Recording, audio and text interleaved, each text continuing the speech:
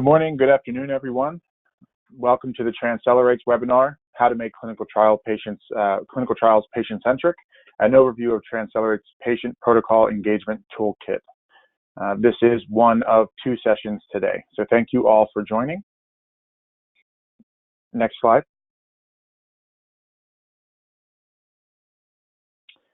Again, my name is Anthony Brogno. I'm a TransCelerate Program Manager helping to run today's webinar. I'm also assisted by Michael Vaughn and Amber Williams, who will also be helping with the webinar and administering the Q&A session at the end. As a reminder, this call is being recorded and all lines have been muted. This webinar, along with the recording, will be available on TransCelerate's website in a few days. Next slide, please. Two of our expert presenters, we have Stephen Yates on the line, as well as Anne-Marie Inglis, and they will provide a brief intro and updates as we continue and move forward. Next slide, please. I'd like to go over some logistics for this webinar. Please note that all lines have been muted to ensure a pleasant listening experience for all attendees. You may reduce the GoToWebinar control panel by clicking on the orange and white arrow in the upper right corner. We welcome questions throughout the discussion, and those can be submitted using the questions function you should see in your control panel. Be sure to select send after typing your question into the box. Next slide, please. We'll be using the GoToWebinar polling function during today's webinar. Your participation is voluntary, and all responses are anonymous, aggregated, and answers are shown as a percentage of all respondents. So to test out the system and to ensure our audio is working properly, we're going to launch our test question.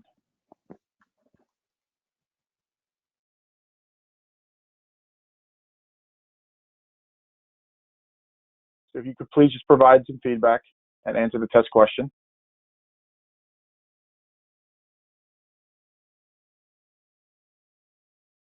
Okay, we have about 70% of the votes in, so I will close that momentarily.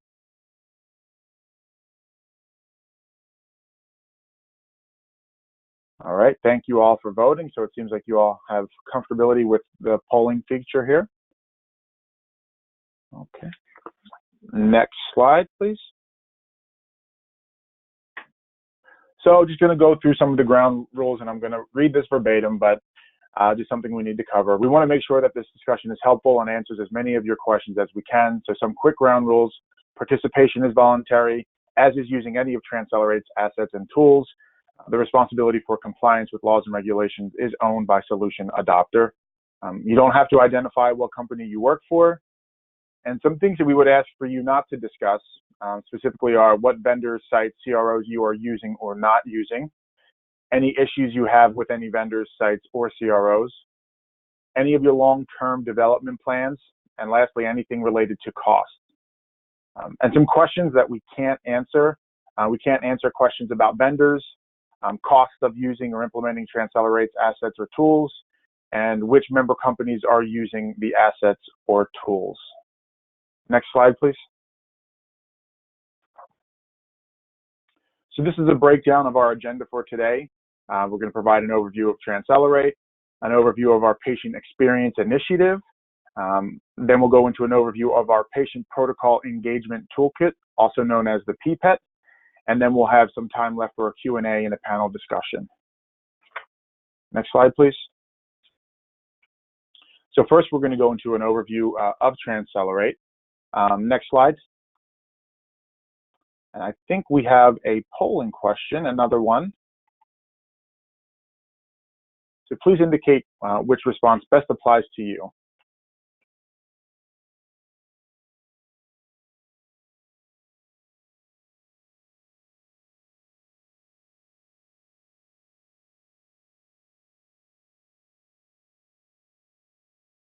Okay, 70% have voted. We're going to close it in a few seconds.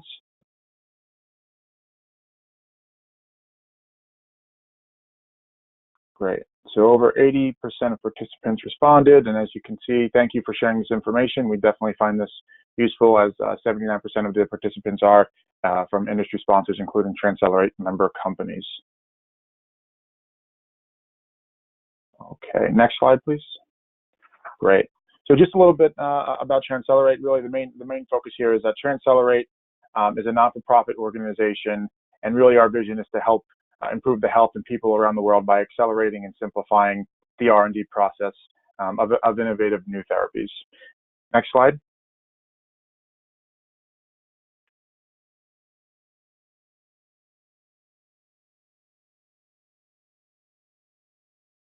Next slide, please.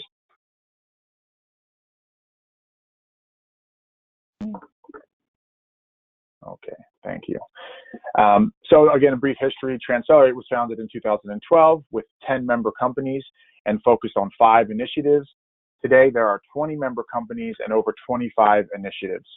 As well as you can see here, we also have collaborations with many government agencies, many patient advisory boards and site advocacy groups and other organizations that help us deliver our solutions to industry. Next slide, please. And then, so TransCelerate really is made up of 3 categories. First, we have the harmonize, process, and share information, and these are all of our initiatives under that category.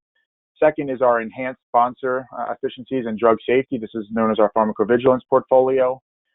And then lastly, we have our improve the patient and site experience category. And under this section, you can see this is where our patient experience initiative falls under. And this is what we're going to focus in a little bit more today. Next slide, please. So I will gladly hand it off to Stephen Yates, who will provide him with a brief intro about himself, and then an overview of the Patient Experience Initiative. Stephen? Thanks, Anthony, and good day, everyone. It's really great to be here with you and to have the opportunity to share the work that we have been doing. Greetings from very sunny North Carolina. And it's really very much a great opportunity for us to be able to share the work that we have been doing on the patient experience work stream within TransCelerate. And we'll open with a short polling question on the next slide. And the question is, are you already including patient feedback in your clinical trial design?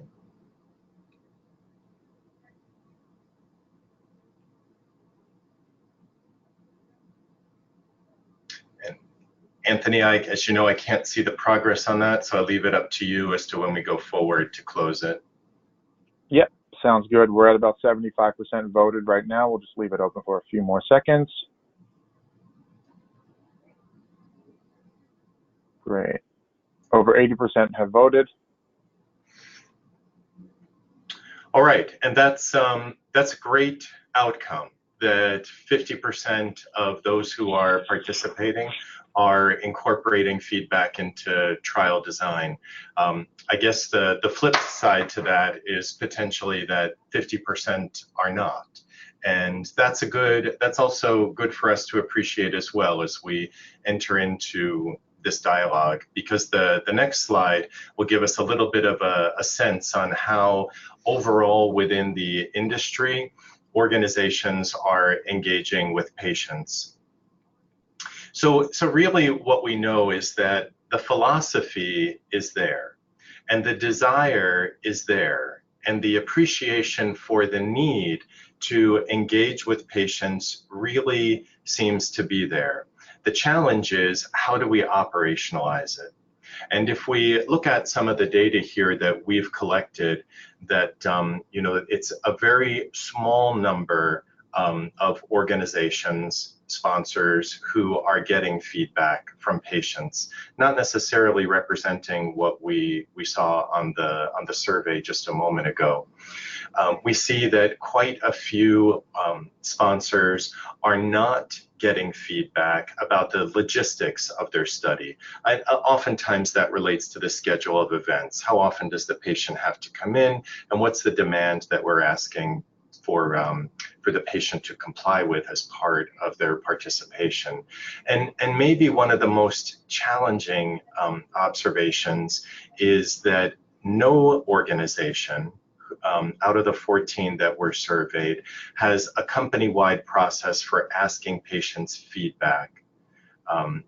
from the clinical study participants. So what do we learn from patients or volunteers who are already participating in our studies? Of course, that's a great population to learn from the patients who are actually participating in our studies.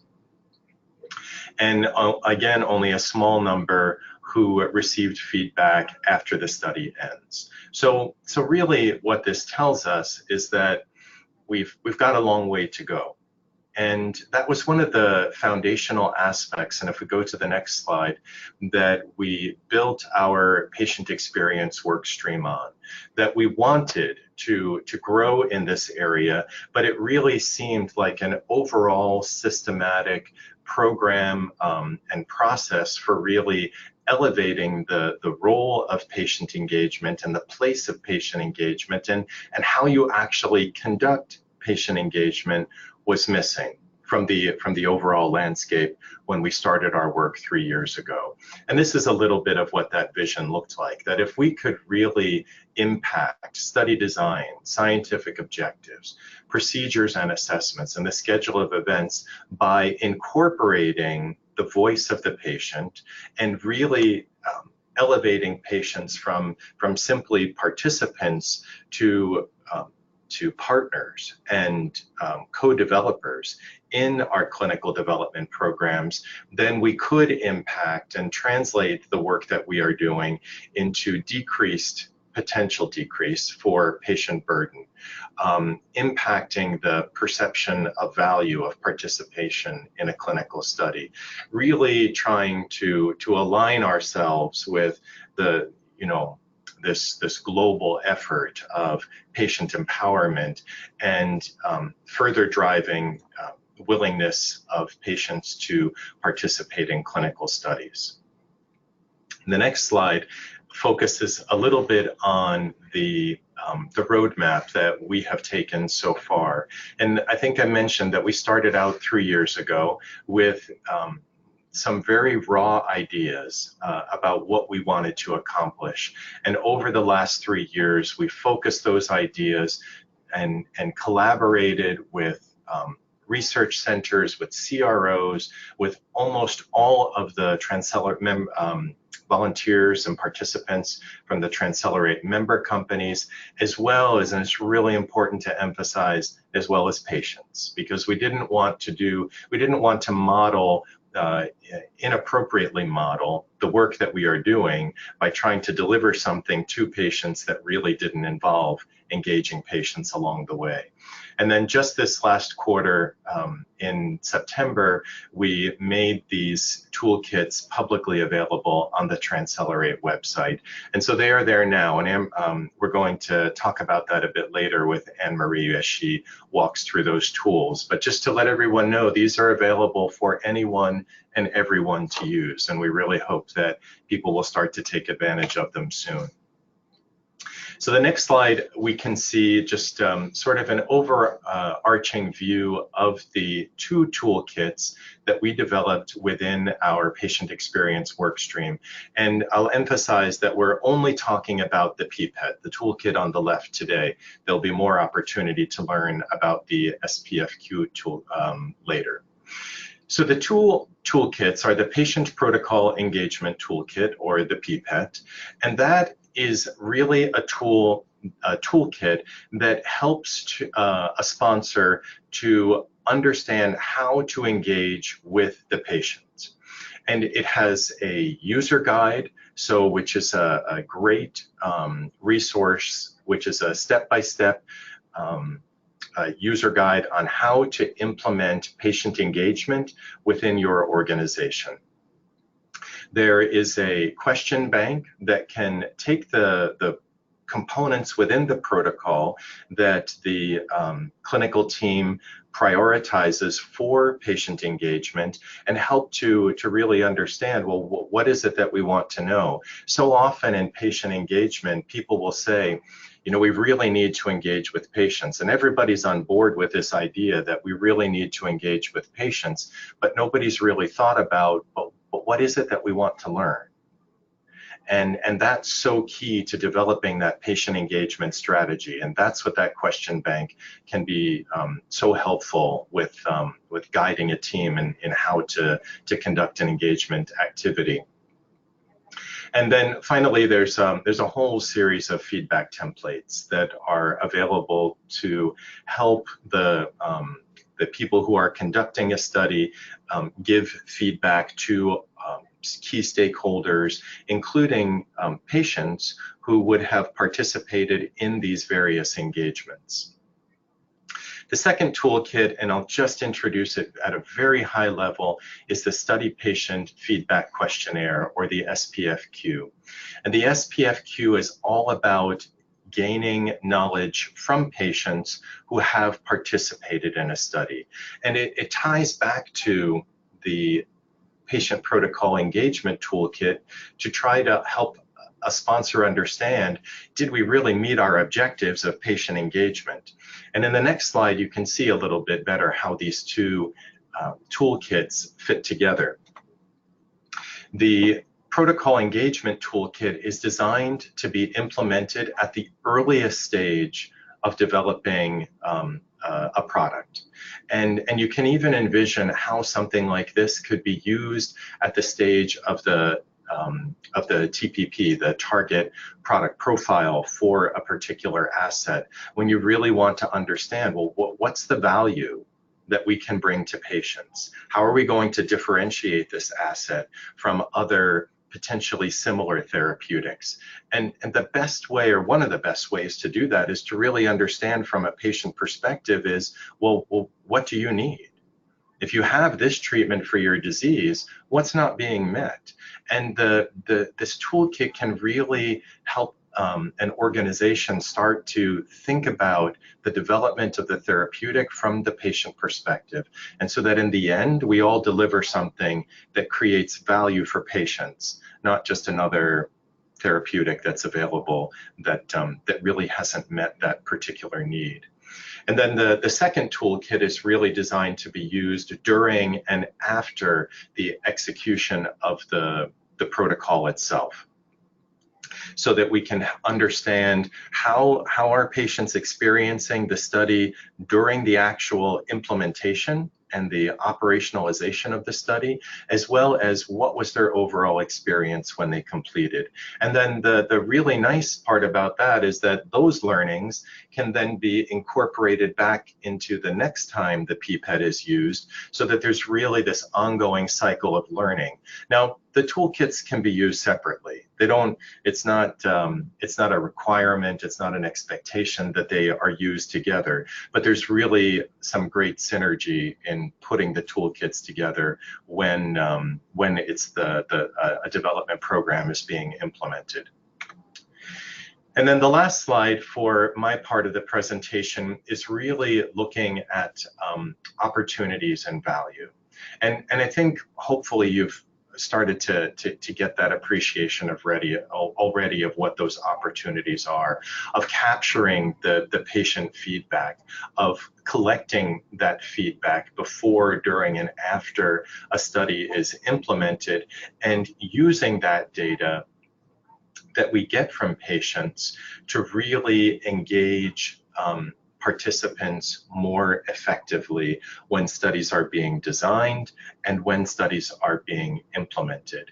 And the value hopefully is obvious, that if you engage patients more, then you have a much better chance of creating a study that patients will be much more willing to participate in. And then hopefully that then translates into better data quality, because potentially then we'll have fewer patients dropping out of studies. And so we have a higher quality data. If you have higher quality data, you don't need as many sites, because you don't have to, and all of us who run studies, know how this domino effect works. So we can have fewer sites, more patients at each site, fewer data challenges because of dropouts and patients who choose not to complete the study. And in the end, we can conduct more effective and efficient clinical development programs.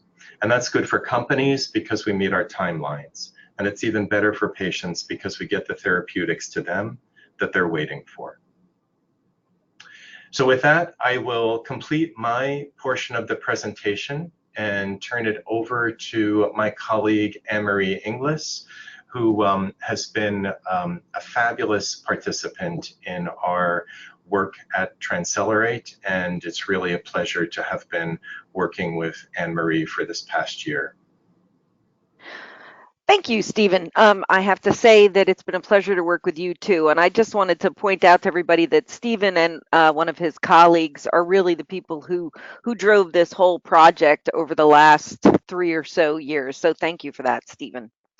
If you want to go to the next slide, we'll start off with an audience poll. So have you previously heard of the Patient Protocol Engagement Toolkit, or the PPET? Trying to get an idea of who is aware of the assets already. We have about 75% of the votes in, so we'll close it in a few moments.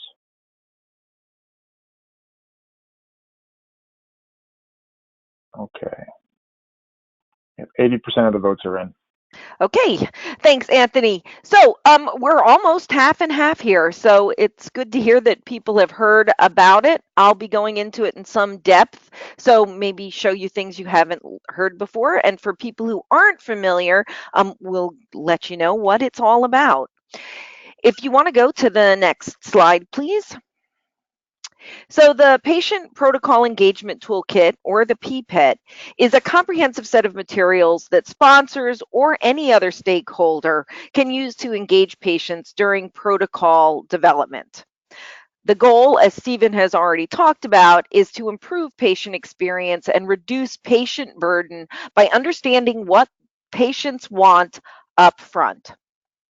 The PPET is composed of 3 main assets.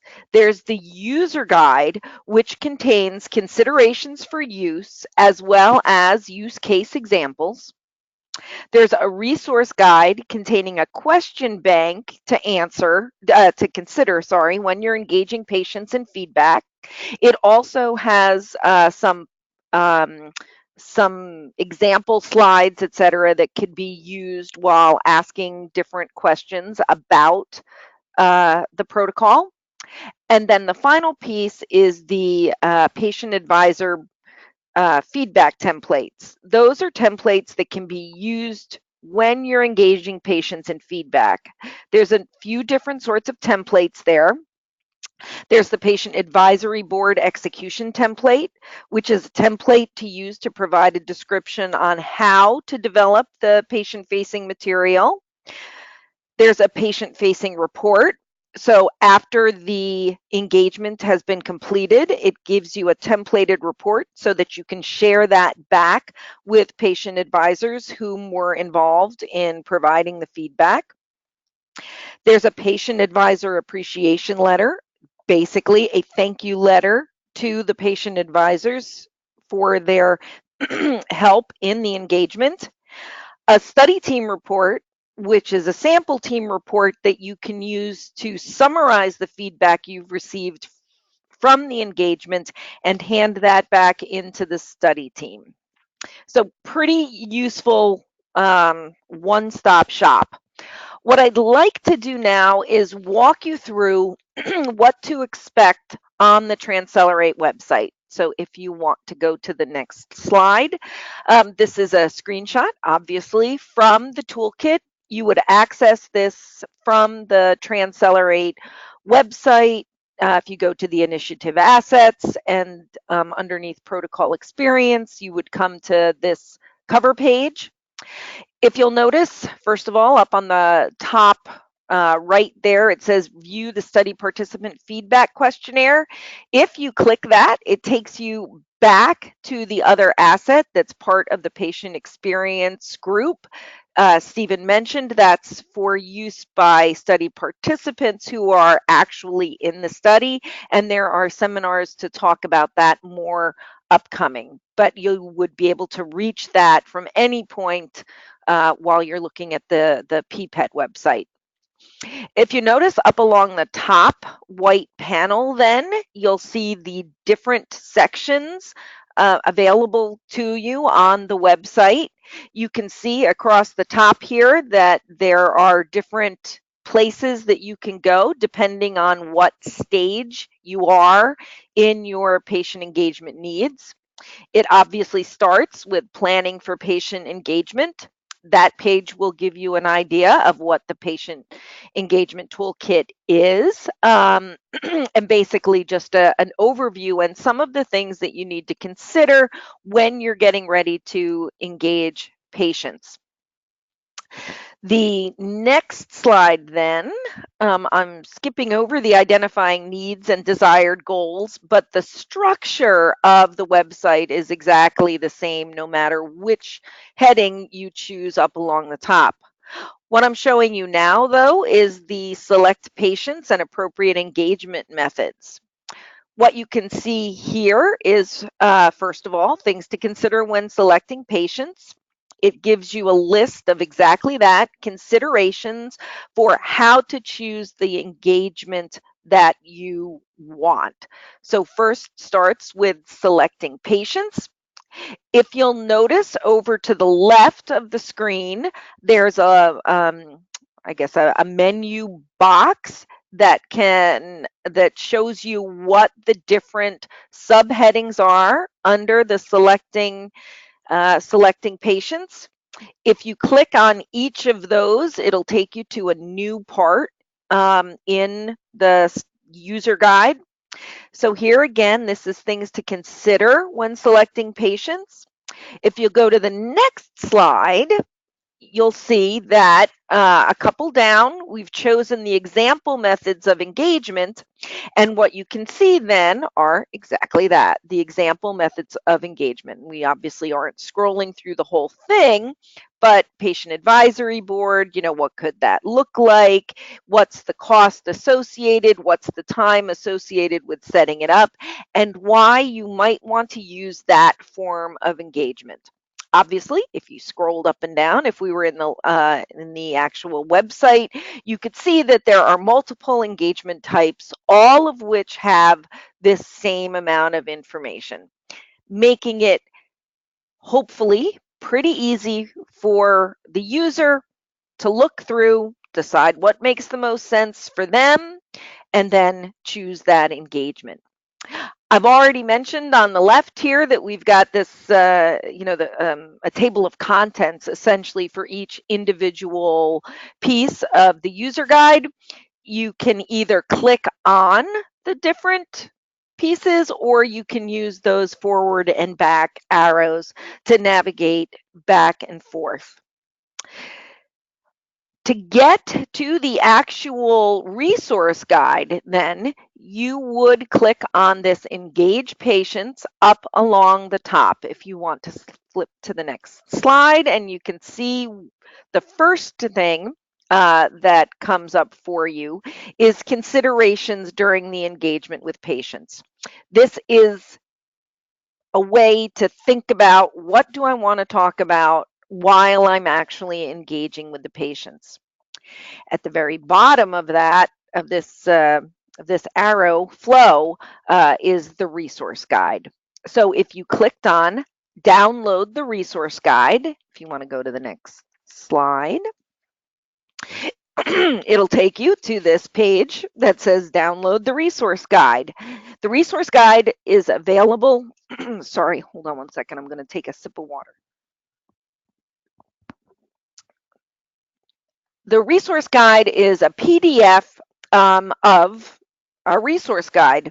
The resource guide, if you want to go to the next slide, the resource guide contains both a question bank as well as some visualization activities. One thing that I haven't mentioned is that the resource guide is set up to follow the flow of the common protocol template. The common protocol template is TransCelerate's suggested protocol template. So that this could be most easily organized, the resource guide follows that template.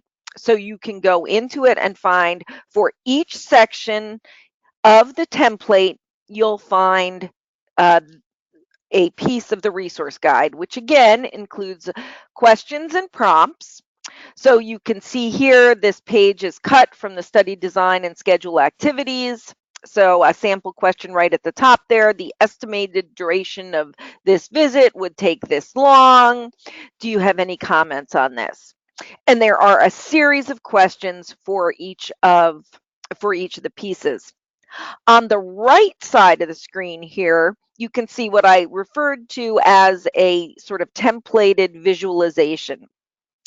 In this example, simply showing a protocol time and events table, they're confusing even for people who know what they're looking at, trying to figure out the X's and trying to figure out what each of the individual items are. This gives a potential template that a sponsor or stakeholder could use to put together a different way of visualizing the information.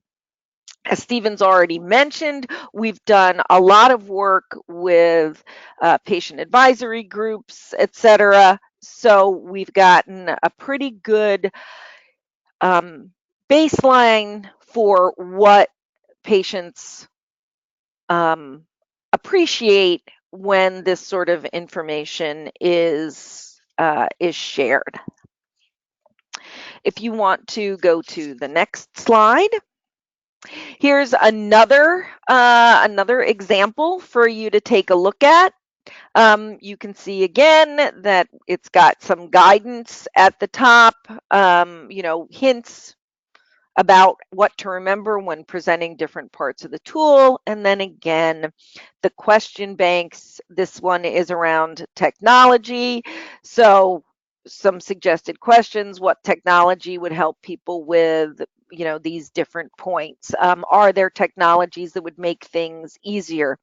If you click again, you'll get the build, and you can see what a suggested visualization or a slide, if you wanted to put that together to present this section to potential participants, patients, would look like. Not every question should be used for every engagement. The idea is that using this tool, you've got a bunch of different questions that you could potentially choose. This can make it a lot easier when you're going ahead with this patient engagement. Rather than starting from scratch and trying to come up with all your own questions, you can go to the different parts of the resource guide, pick questions that make sense. The questions can certainly be modified to meet your needs. And this can also serve as sort of a mental prompt to help develop additional questions. But again, the real strength here is that it provides you with a starting point for questions, which makes the whole the whole planning process so much easier. The next slide then can show you what it looks like in the resources and references part of the template. You can see multiple different pieces here. What's actually up, if you see the downloadable templates, are what I talked about before. The pre-read sample template, that's a series of slides that could be used, could be completed by the sponsor or other stakeholder to give the patient advisors an idea of what they'll be looking at. There's a sample template for how to run through, if you were to run through from the very start of the protocol all the way till the end, how that could run, including when to take suggested breaks, etc. A satisfaction survey for the patient advisors, as well as one for the study team that engaged with the patients. And then, like I said, thank you notes. There's more on there, as I've already discussed. There's also a template for how to present the information back to both patients as well as to sponsor company representatives. The next slide we'll show you a very simplistic sort of vision of how the whole toolkit would work. You can see on the far left, Jan. She's a researcher helping to design a clinical trial. We've got the next person in green, a patient who's got experience with the condition of interest. What would happen is that Jan from the biopharmaceutical company would work with a patient engagement moderator or facilitator to put together the essential questions from the PPET, as well as the flow for the engagement. And then they would speak together with the patient or multiple patient advisors, and then finally use the feedback to help improve the design and conduct of the study. The next slide will show you some quotes from early adopters. Having the flexibility to pick and choose the components of the PPET, which is the right fit for each sponsor or organization, helps facilitate how we design clinical trials which are most fit for patients. Again, going back to how I described it, it is based off of the clinical protocol template. So picking out if you want feedback on the inclusion criteria, or if you want feedback on the technology being used, or you want feedback on the endpoints, you can go right to that part of the PPET user guide. The second member company quote, specifically, we found great value in two ways. First, using the tool's patient advisory satisfaction survey to help improve our ways of working with each diverse patient community. And it's also helped to secure specific focused insights during patient advisory panels by providing examples and options to include visual aids and guided questions. The next slide talks a little bit more specifically around the potential benefits of using the PPET. Stephen already spoke to the overall value that included decreasing patient burden in clinical studies while they're participating, making sure that they have a positive recruitment, adherence, compliance, retention experience throughout, making sure that our clinical protocols focus on endpoints that are truly important to patients, and overall just completing our studies more efficiently. We've taken the opportunity to map some of these values into potential benefits for sponsor companies or other stakeholders. If we are improving adherence to protocol, you should see a decrease in protocol deviations. If we are increasing enrollment by making it easier and more attractive for our patients, you would see a quicker enrollment rate and a lesser screen failure rate. You should see decreased attrition, again, if the protocol has been designed with what patients feel is important as much as possible. You would see a decreased dropout rate. You should see a reduction in protocol amendments, because again, you've planned the study in a way that is more attractive to patients in the first place. And you'll also see an efficiency of the study visits. So you should see a decrease in the average time a patient spends at visits, because they've been planned again with their input right from the start. I'll move to the next section then, which is if you are getting ready to implement the PPET, there are a few things that we would suggest you consider. This first slide are fairly general considerations whenever you're adopting any new way of working. Make sure that you've got that you've established the right roles and responsibilities. Make sure you know who is going to support the implementation and who's going to be responsible for maintaining the new processes. Making sure you've got that planned out right from the start can help with the initial implementation and make the whole process much clearer. Make sure that you've got leadership buy-in and support.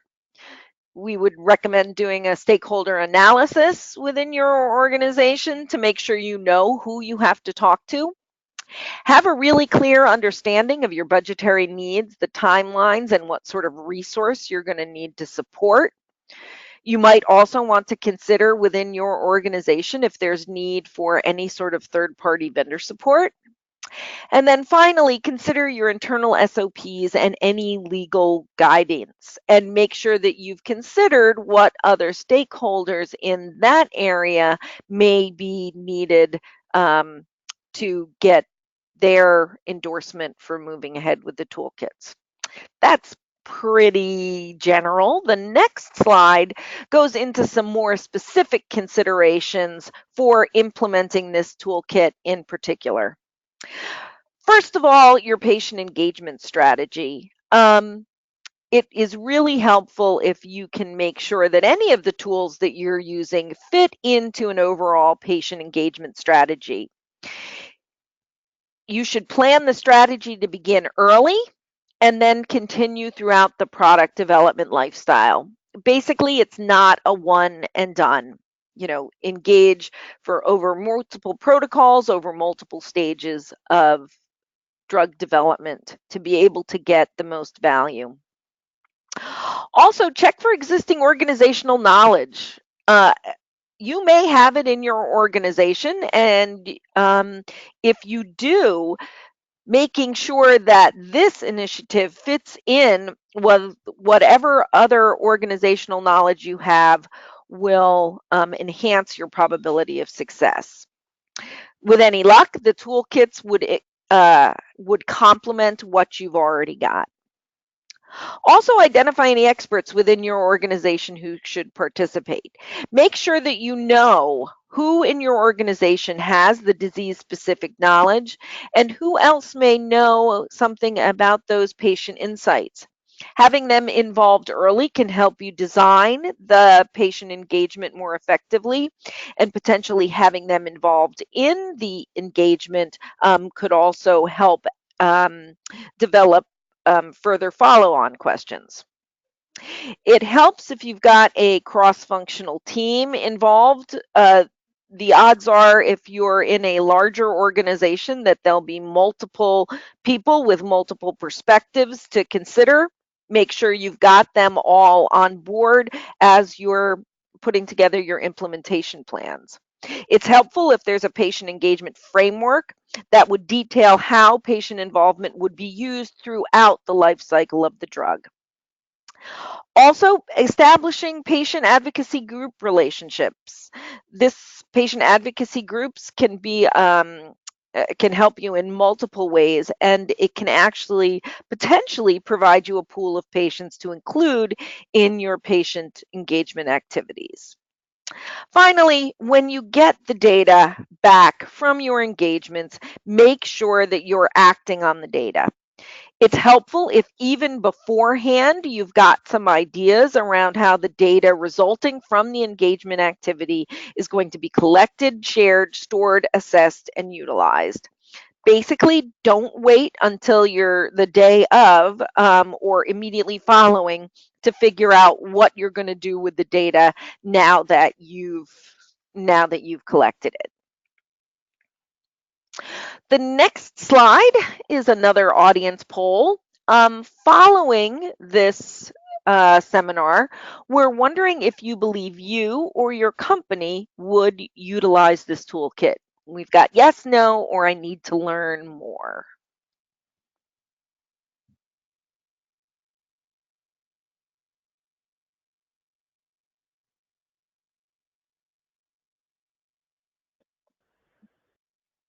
About 70% of the votes are in. We'll give it another few seconds.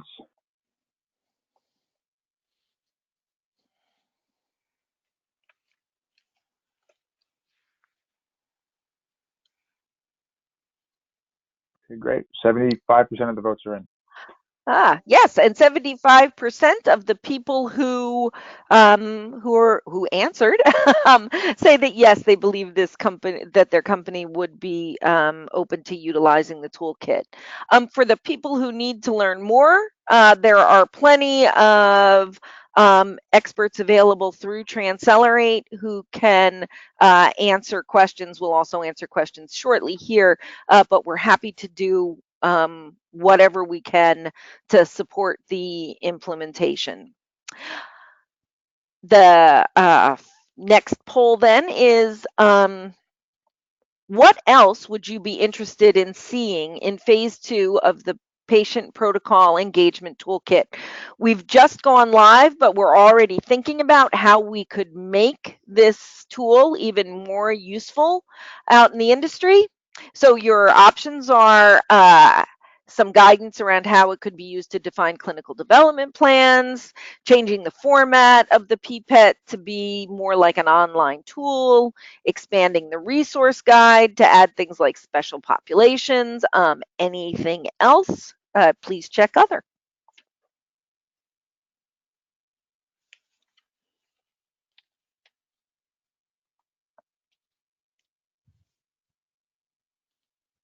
Only about 40% of the votes in right now, so we'll just leave it open a little longer.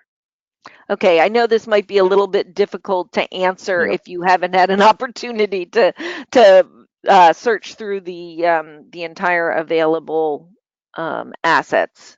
But if you've got anything off the top of your head, we'd be interested to hear. Okay, so we had about 60% of the votes in, and here are the results. Okay, so split. I think people, generally speaking, liked some of the suggestions that we had about using it earlier in development, trying to change the format to make it more user friendly, and include maybe some special populations. So thank you everybody for participating in that. I think now we are on to the question and answer piece of the webinar. If you have any questions, I believe we're asking people to type them into the chat function. Do I have that right, Anthony? Yes, you do, Emery. Actually, the questions function is more for the questions. Oh, sorry. But we could certainly, that's okay, we can address them in the chat as well.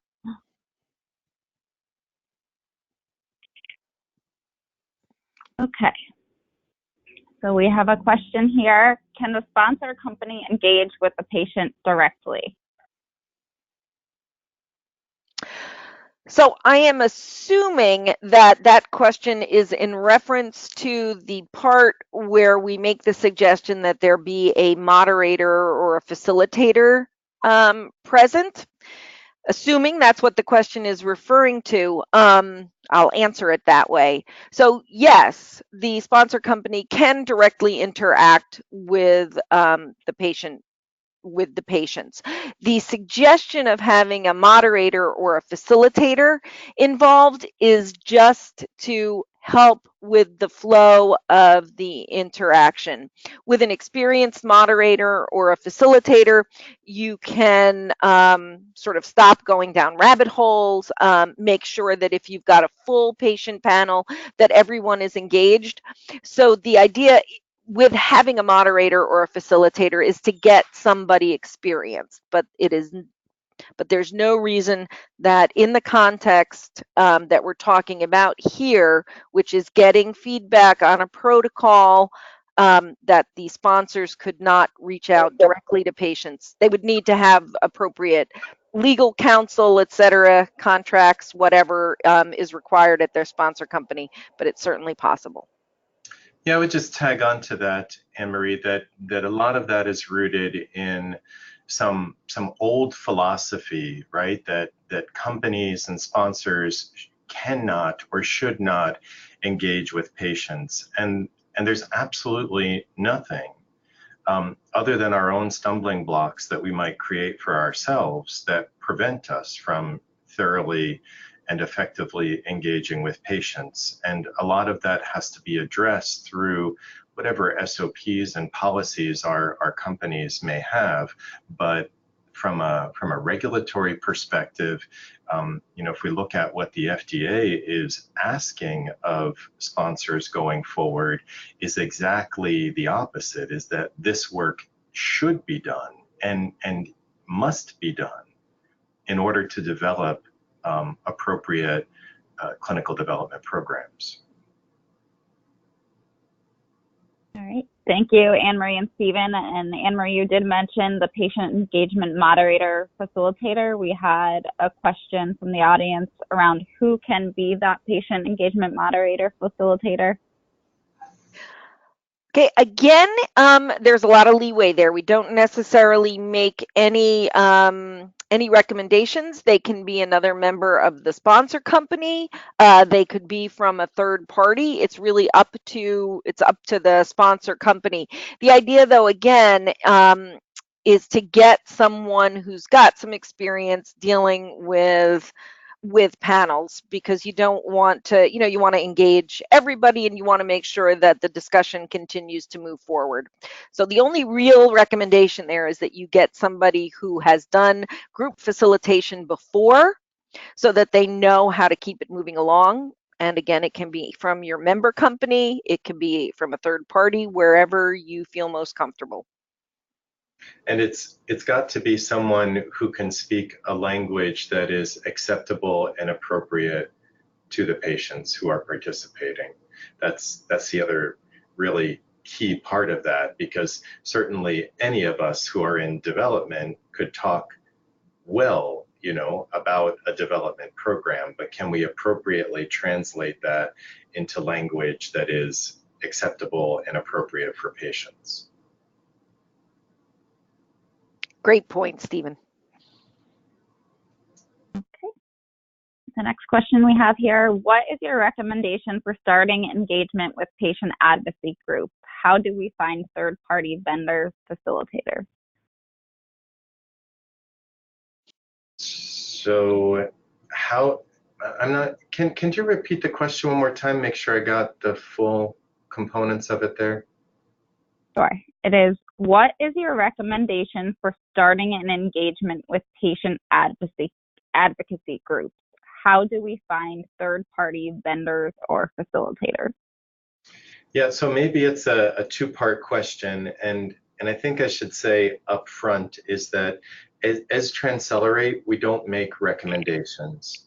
We really leave it up to every organization to make their own decisions and use these tools as they are fit for purpose for every organization, because that varies everywhere. And as TransCelerate, we really do not make specific recommendations, but I think generically speaking would be that there clearly need to be established policies within your sponsor organization that outline how you do this, because there's a lot of ethical and compliance and regulatory issues, so that while absolutely we can do it, the way we do it needs to be very carefully outlined, because there's all kinds of room for things to go wrong when you start engaging with patients and the questions that you ask them. So there need to be those really clear policies within an organization that establish.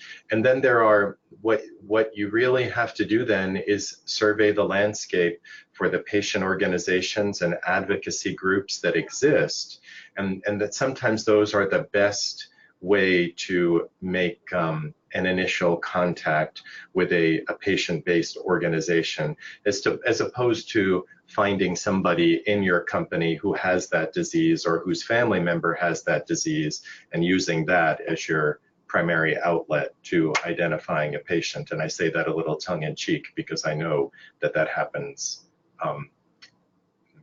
maybe not frequently, but often enough. Yeah, and just to add on a little bit to what Stephen said about choosing your patient advocacy group, that landscape can be overwhelming. So following his suggestion of looking around at what's out there and what kind of information you want to get, you can poke around on patient advocacy websites to find out how they interact with their patients, and then you can use that information to make an informed decision for yourself. Yeah, and maybe some of them might be promoting, or not promoting, but making patients aware of clinical studies that are being conducted. You'll see that on their website. So that might give you a hint that this is an organization that's oriented toward research. And they might be a good organization to engage with. So just, you know, little ideas like that that you pick up from learning a little more about different organizations. And then sometimes those organizations might have people who are appropriate to be in that facilitator role. Sometimes those organizations might have people that do that for a fee, or they might volunteer their time, and then and you identify then, you know, those additional people that may be able to support you and help you in your development program. Thank you. We'll do 2 more questions. We have, why is the informed consent not addressed? Do you want to take that, Stephen, or you want me to? So I can start in that I am a firm believer that patients should be co-collaborators in the development of an informed consent, and that having patients review an informed consent and give their insight is critically important.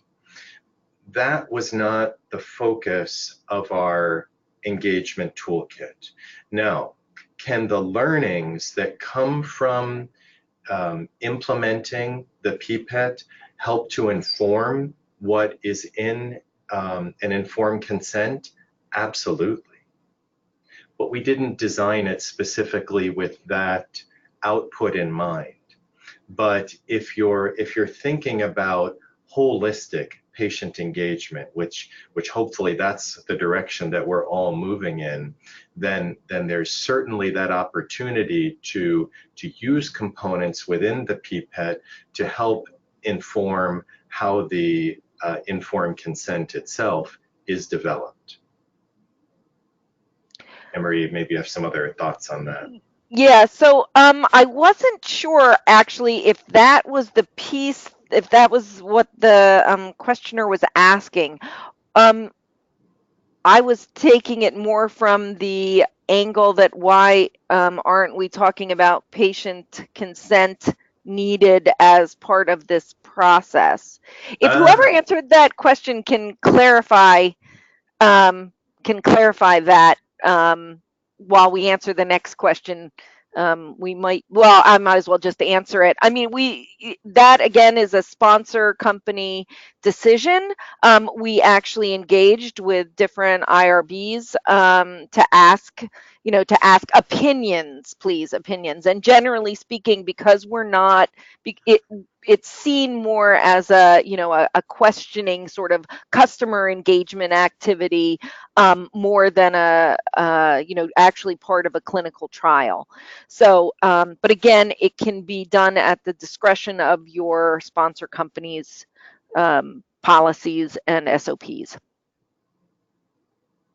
Okay, the attendee who asked that question was referring to the document which is provided to the subject, if that helps. Okay, so there is no, we don't, I guess I answered the question then. TransCelerate leaves it up to the individual sponsors to decide whether or not informed consent is actually needed. There could be another form of agreement and some kind of a legal agreement that we're not going to make any recommendations on either. So it's up to the individual companies. Okay, and we have 1 minute remaining, and we have one more poll question. Stephen, if you want to go ahead and add to that, and then I'm just going to go to the next poll question. If you could bring the poll question up. Yep. So, how much value did this webinar provide? And just seeking no value, little value, moderate value, or a lot of value.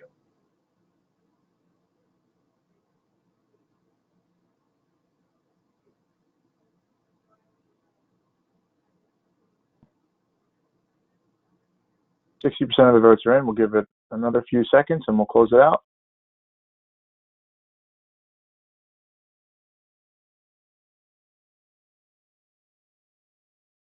So it looks like most people said moderate to a lot, so that's great. And we are really grateful that, that you've given us this hour out of your day to learn a little bit about the work that we've been doing at TransCelerate regarding patient experience.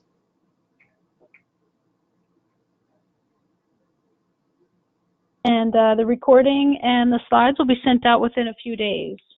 So thank you everyone for participating. This ends the webinar.